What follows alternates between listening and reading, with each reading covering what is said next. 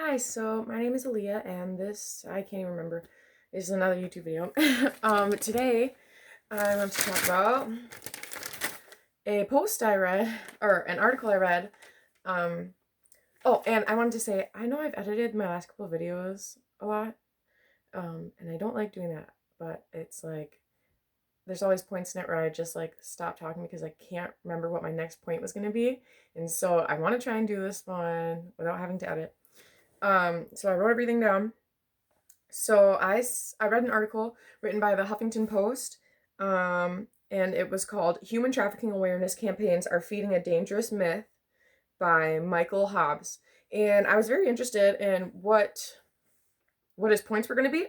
And so a lot of them I did not agree with, but there was a couple things in there that I think are important and should be said. So I just wanted to start. I just went through the article, wrote down the biggest things I had a problem with, and some of the things that I liked. So the first one is something I have a problem with, and it was: no lawmakers or nonprofits behind these campaigns can provide any evidence that raising awareness of human trafficking is doing anything to address it. I get what he's saying a little bit there, but at the same time, Exodus Cry was started by somebody who knew nothing about human trafficking, then all of a sudden one day learned about it. He became aware of it. Now he has a whole organization that fights it, and they also make movies about it, and they like to bust a lot of myths about it on YouTube if you follow their YouTube channel. And ACT Act, it stands for Against Child Trafficking. It was started by, I can't remember what her name is. It's Jennifer or Jessica. I think it's Jennifer. She knew nothing about human trafficking. One day learned about it. Now she has a whole organization about it. Like, there's so many organizations that started that way. Destiny Rescue, Tony Kerwin, he didn't know anything about it. One day learned about it. Now he has Destiny Rescue. They have a bunch of safe houses in Cambodia, Thailand, around there. Like, becoming aware, and then they started something. I became aware, and now I do a lot of things to fight it too. So and I know it's not like everybody that then learns about it and becomes aware does something about it, but it's like there are a lot of people that do. So that's why first I don't think that one's true. The next one was people not being snatched from grocery store parking lots. I get that. A lot of trafficking isn't that, but I've read stories written by people who've been trafficked and they did just get snatched off the street, or it does happen. Despite the persistent myth that human trafficking could happen to anyone, most victims are undocumented, homeless, in foster care, or otherwise marginalized. That one I think has a lot of truth to it, but at the same time, um, traffickers, people that are going out, to get more victims, sometimes they just go to a certain town, certain city, and just drive around, follow people, follow somebody who maybe is walking with their headphones in and they know that this person is never paying attention. They follow somebody that goes home and maybe isn't going home to a whole family, they're just by themselves. They follow people that are alone a lot. So, um, yes, a lot of the times it I would say probably most of the time it is undocumented homelessness, kids in foster care, or otherwise marginalized. I do agree with that, but it can't happen to anyone if they're not being safe and not being aware. And if they don't know that they're living in a place where human trafficking is prevalent, like Atlanta, Georgia, um, St. Cloud or Minneapolis, Minnesota. There's a bunch of other places.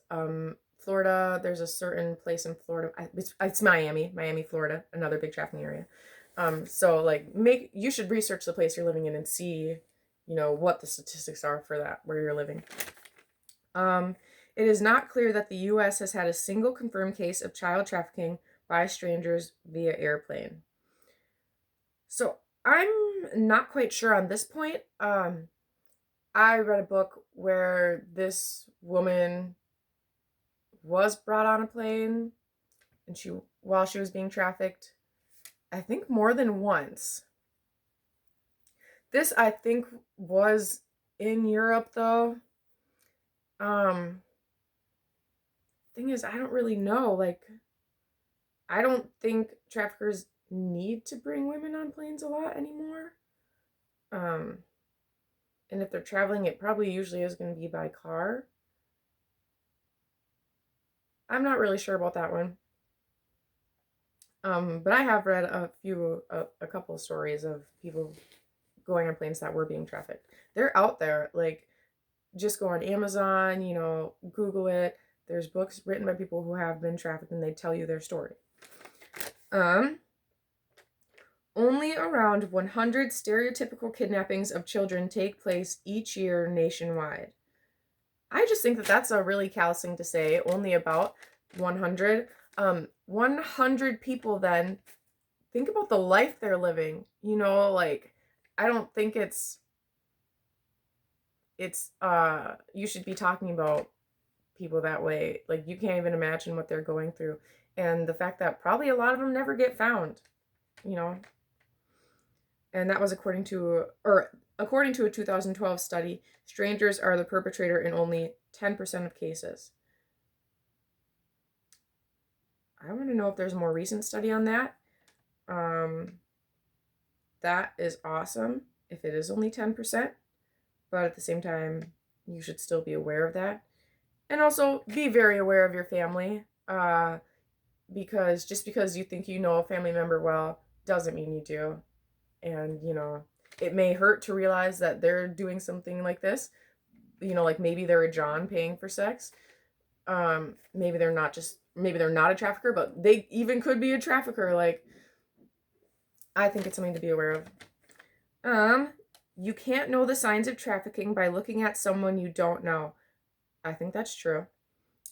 They're not going to be disheveled or beat up or unhappy. You could even ask them, "Are you being trafficked?" And they wouldn't say yes. So he got these two quotes from somebody who works for, I think, for a Department of Human Trafficking.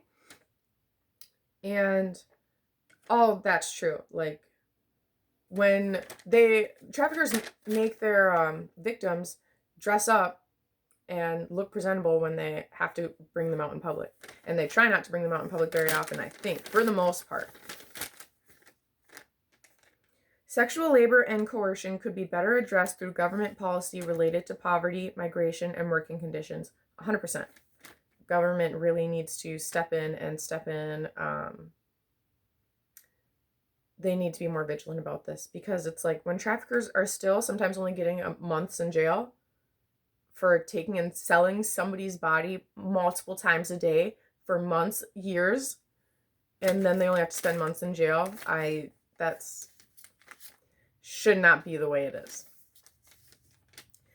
And then, if we don't use the word force, would anybody care? A lot of the times, at least in the US, trafficking is by coercion. It's by the trafficker telling promising success, promising fame, promising money, and that's how they get a lot of their victims now. It also depends on the type of trafficker. There's different types of traffickers. They could be guerrilla traffickers or Romeo traffickers. And Romeos tend to be nicer and only use force if they have to. Guerrillas always use force, pretty much. But so yeah, a lot of the times, and then you can use a lot of people like to use the argument, well, they should have just known, they should have been smarter. Traffickers are really good at what they do, and they know how to get into somebody's mind and find their weaknesses. It's not just about being smart. It affects a lot of women of any age, a lot of the times younger, but of any age are vulnerable. Among both children and adults, there is little evidence that human trafficking is a widespread phenomenon in need of universal public awareness. Can you believe that Michael Hobbs wrote that? It's not a widespread phenomenon. Go to any website of any anti-trafficking organization and look up the statistics. They're there. It is a big problem. It's hard to get evidence of it because it's hard to find them. It's hard to find these places, and like traffickers aren't telling on each other, and they keep their circle small. You know what I'm saying? They keep their circle just other people, that are a part of what they're doing. Or it's, and then besides that, it's probably maybe just their family, you know? And their family might not even know about it, probably doesn't even know about it. So it's hard, and a lot of the times, the women are scared to come forward because they're afraid their trafficker is going to find them and take them back and bring them back. Like, that fear is real. If you've been through that, and you know how crazy traffickers can be and how brutal they can be, I understand why it's really scary to step forward, because the last thing you ever want is to be back in that life, So that's why it's hard to get evidence on. I mean, that should be obvious. Other crimes for which victims are reluctant to come forward include sexual assault and domestic violence, and they produce more confirmed cases each year. That is something we have a lot of more knowledge about than sex trafficking. And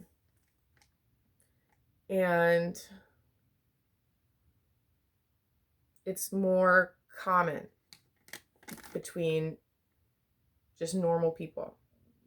So I believe that's why there's more confirmed cases each year, obviously. People reporting things they deem suspicious should never be seen as more of a problem than slavery. Yeah, so there was a whole section on there where he was talking about people who had called in tips that were like pretty much worthless, or like said, oh, this person is traveling with somebody, like a kid of a different gender, this might be trafficking. So I understand how that is a problem. That should never be seen as more of a problem than human trafficking. It does not happen as much as human trafficking, and is definitely not as traumatizing. It is a problem. It's not a big problem, I would think. And I understand people disagree on that one. Most warning signs, he put it in quotations, included in anti-trafficking awareness campaigns, Boyd said, are far too generic to offer assistance to actual victims. I believe that.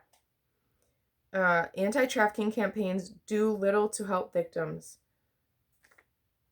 I think this one is hard. I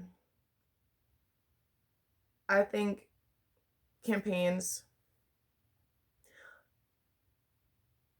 are raising a lot of money, which always helps victims.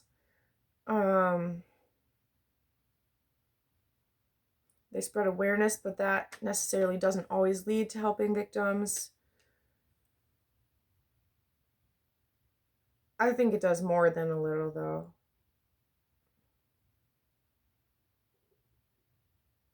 I don't know. In the range of things that have happened to me, this is a quote from a woman named Emily Gonzalez, who has been trafficked, and she said, in the range of things that have happened to me, being trafficked is on the less harmful end of the scale. And I find that hard to believe. I mean, she's been through homelessness, abuse, and different things like that, and trafficking. That's the only quote I've read from somebody being trafficked saying that that's one of the least harmful things that happened to him. So I just wanted to include that in here. And I wonder if she really feels that way, or maybe she feels that way because, I mean, I don't know. I just thought that was interesting. And then nobody wants to view trafficking as embedded in how our, this is another quote, nobody wants to view trafficking as embedded in how our global economy is structured, Chong said. It's more convenient to view it as the product of individual criminal behavior. And what they mean by this, how it's embedded into the global economy, talking about, poverty, and you have to make money to be able to live. So then a lot more people think, okay, well, if the only thing I can do is sell my body, then I have to do it. And so then it's like those people, then the buyers who are demanding it. And then it's a whole cycle, you know what I'm saying? So that's what they mean by that. The next is, she simply needed more options that would help her get away from her abuser. So he had put a story in his article about this girl who had been trafficked by her father, um, and how she had gone to different, or maybe this was Emily Gonzalez again. Um, oh no, this was the little girl. And it was, she said, even if law enforcement had helped her, they either would have sent her to a, what is it called? A home for at-risk children, but she had been abused at one of those before, I think it was. Um, and that doesn't really help. Or they would have sent her back to her family, which was the people abusing her. And I understand that she needed more options to get away from her abuser, and that's what human trafficking campaigns and organizations are trying to start. They, because we 100%, 1,000% need more homes and more help, more counseling, more people willing to drive people to appointments. That's volunteer work. Um, People willing to just stand next to somebody and be their support through talking to police, through talking to medical professionals, talking to lawyers. Need more advocates for them.